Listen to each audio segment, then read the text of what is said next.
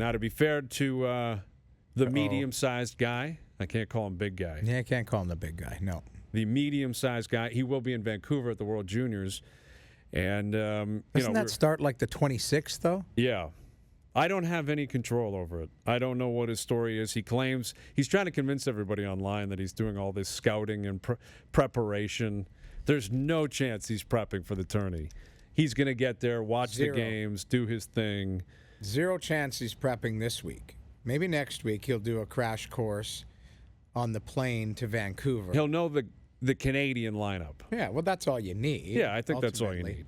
You know, let's be honest. When it comes to this tournament, I'm curious to see Jack Hughes, who is supposed to go first overall in this upcoming draft. Sounds like Hughes is going to be a difference maker, too. Yeah, I'm curious to see him. But for the most part, you just get caught up in the Canadian games. And, you know, it's one of those tournaments where there's so much going on in December. Right.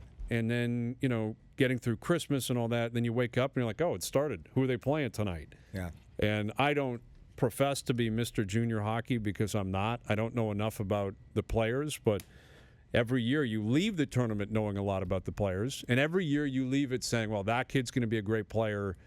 This kid's got the chance of being a very good player. Usually you look at it based on the organizations that are represented. I still, when I watch the World Juniors, I always try and take a step back because I think, and I'm pumping up our own company, but TSN does such a great job of profiling all of these players so that these players become household names.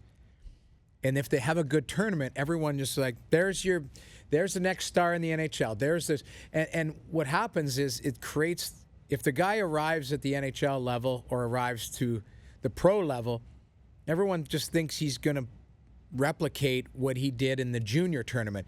People don't realize that the NHL is that's miles away from junior hockey. And almost every player in the NHL was in that tournament too. But and you're played right. Well. So I think of the heroes that are created in that tournament. Curtis Lazar was a superstar in that tournament.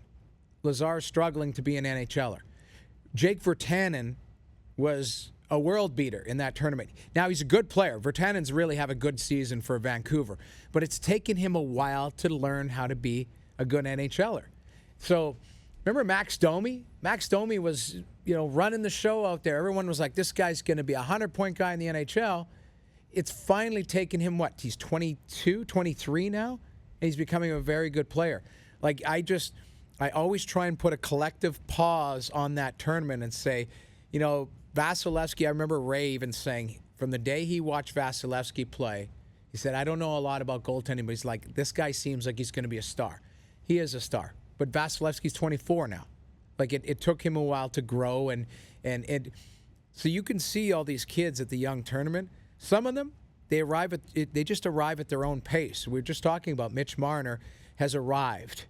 It took him a couple years. Yeah. Other guys hit the ground running. And then there's other players that you can call them late bloomers when they arrive at 23. Like, that's basically a late bloomer for a high draft pick based nowadays. on the way the NHL works now.